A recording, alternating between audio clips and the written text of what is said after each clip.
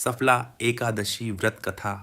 सफला एकादशी एक ऐसी पवित्र और चमत्कारी एकादशी जिसके बारे में कहा जाता है कि यह असफल जीवन को भी सफलता और सुख से भर सकती है।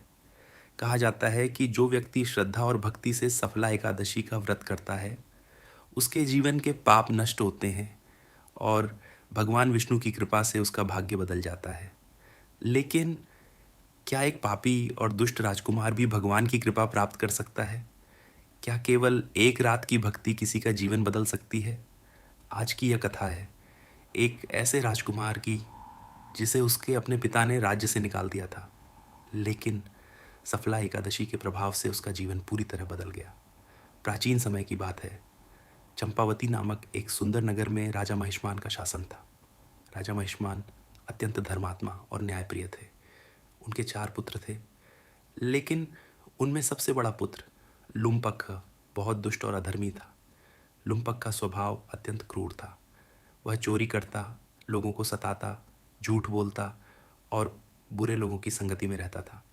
राजा ने उसे कई बार समझाया, पुत्र, अधर्म का मार्ग विनाश की ओर ले जाता है, अपने जीवन को सुधार लो। लेकिन लुम्पक पर कोई असर नहीं हुआ। धीरे धीरे उसके पाप बढ़ते गए। वह राज्य के लोगों को लूटने लगा और प्रजा उससे भय खाने लगी। अंततः राजा महिष्मान अत्यंत दुखी हो गए।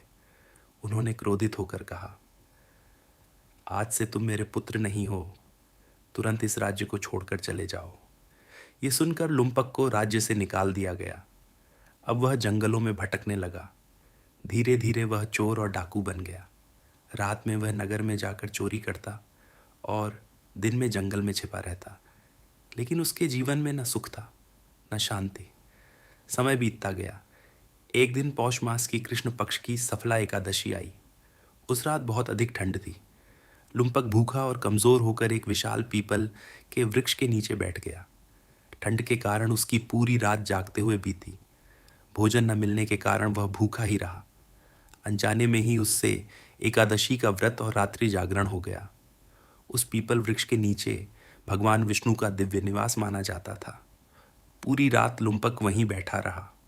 धीरे धीरे उसके मन में पश्चाताप जागने लगा। उसे अपने सारे पाप याद आने लगे। उसे एहसास हुआ कि उसने अपने जीवन को अधर्म में बर्बाद कर दिया। सुबह होते ही उसके मन में पहली बार भगवान विष्णु के प्रति भक्ति जागी। वह रोते हुए बोला, हे प्रभु, मैंने जीवन भर केवल पाप किए हैं, लेकिन यदि आपके हृदय में मेरे लिए थोड़ी भी दया हो तो मुझे क्षमा कर दीजिए।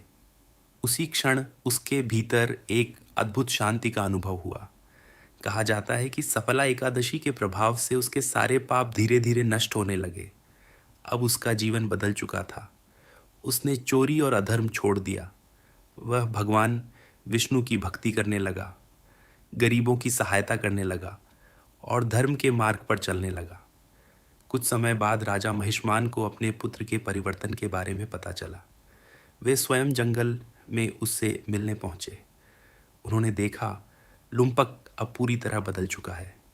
उसके चेहरे पर शांति थी और उसके मन में विनम्रता। राजा की आंखों में आंसू आ गए। उन्होंने अपने पुत्र को गले लगा लिया। राजा बोले, पुत्र, आज तुम सच में मेरे योग्य उत्तराधिकारी बन गए हो। इसके बाद लुम्पक को वापस राज्य में ले जाया गया। धीरे धीरे वह एक धर्मात्मा और न्यायप्रिय राजा बना। उसने अपना पूरा जीवन भगवान विष्णु की भक्ति और प्रजा की सेवा में बिताया।